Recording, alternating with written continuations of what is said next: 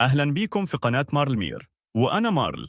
قبل ما الحلقة تبدأ حط لايك واشترك في القناة وبعت الفيديو لأصحابك.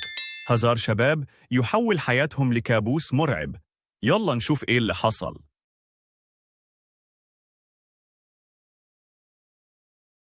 أنا كنت دايما بحس إن في حاجة غريبة في توم اللي كان شغال معايا في وردية الليل في ماكدونالدز.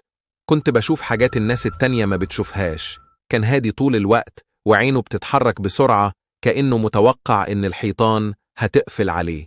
كان عنده عادات غريبة زي إنه يضرب بإيده على الكاونتر بإيقاع معين، أو فجأة يضحك على حاجة مش موجودة، ضحكة واطية غريبة بتعمل قشعريرة في جسمي. كنت دايما بتساءل إيه اللي وصله للمرحلة دي. كنت عارفة إن حياته الشخصية كانت بتنهار من طلاق أهله وشرب الممنوعات وتراكم الديون عليه. كان عايش في حالة من التوتر على طول، بس برضه ما كنتش أقدر أتوقع إن المواضيع تتطور بالطريقة اللي حصلت ليلتها. الليلة بدأت زي أي ليلة تانية. توم كان بيشرف على الكاونتر بتاع الدرايف ثرو. كانت الساعة حوالي 10 لما عربية وقفت، والمزيكا شغالة بصوت عالي، والركاب كانوا سكرانين. أهلا بيك في ماكدونالدز، ممكن أخد طلب؟ طلبهم كان عبارة عن كلام متلخبط وضحك. أنا وتوم بصينا لبعض وقلنا دي هتكون ليلة طويلة. حسابك 200 جنيه. السواق اللي كان لابس كاب مقلوب اداله الفلوس وبص لأصحابه وقال له حاجة. توم ما ردش عليهم وداهم البرجر والكولا والقهوة. انت حضرت الطلب غلط يا غبي. توم غضب بس فضل محافظ على هدوءه وأكد لهم إن الطلب صح. السواق اللي كان سكران قاله لا غلط، بس المرة دي رمى عليه كوباية القهوة. القهوة حرقت وش توم ورجع ورا من الألم. العربية كلها انفجرت في الضحك. وهنا حصل حاجة في توم فجأة لف وخرج من الباب الخلفي. أنا اتجمدت في مكاني مش عارف أعمل إيه. بعد لحظات سمعت صوت الحديد بيخبط. توم كان جايب حديدة من المخزن ومشي ناحية العربية ووشه مليان غضب.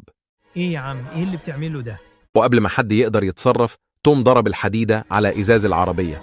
السواق مصدوم ففتح بابه، لكن أول ما خرج الحديدة نزلت على دماغه. الصوت كان مرعب والدم طار على العربية والسواق وقع ميت جنبها.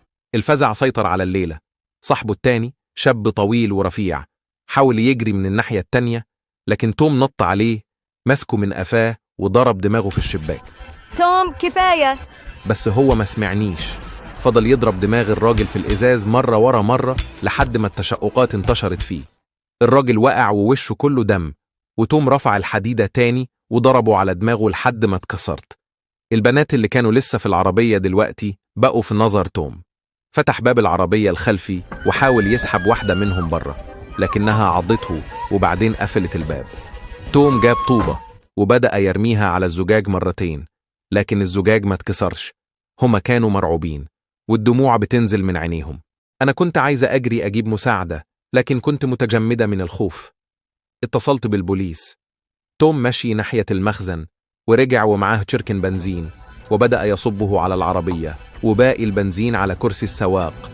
فاكرين إنكم تقدروا تعاملوا الناس بطريقة وحشة وتهربوا؟ ولع عود كبريت ورماه على العربية. النار ولعت ومسكت في العربية، والصرخات اللي جوه العربية انقطعت لما الانفجار هز ساحة الانتظار.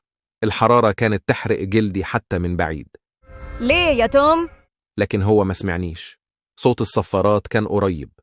توم رمى الحديدة وركع على ركبتيه يضحك بجنون. عربيات البوليس حاصرتنا. مجنون مجنون كان بيقولها مجنون. وهو بيتكلبش من الشرطة. بينما التانيين حاولوا ينقذوا البنات، أنا ما قدرتش أوقف عياطي. عقلي كان مشلول من اللي شفته. توم كان لسه بيضحك زي المجنون وهم بياخدوه متكلبش. ساحة الانتظار كانت زي كابوس، جثث، دم، وبقايا العربية اللي كانت بتدخن. عمري ما هنسي النظرة في عيون توم، الغضب البارد المحسوب اللي خلاه يوصل للجنون. الموضوع ما كانش بس القهوة أو الإهانة.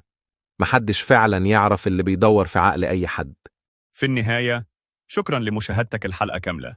ولو عجبتك القصة ما تنساش تكتب كومنت علشان تعليقك يظهر في آخر الحلقة. ويلا سلام من غير باي.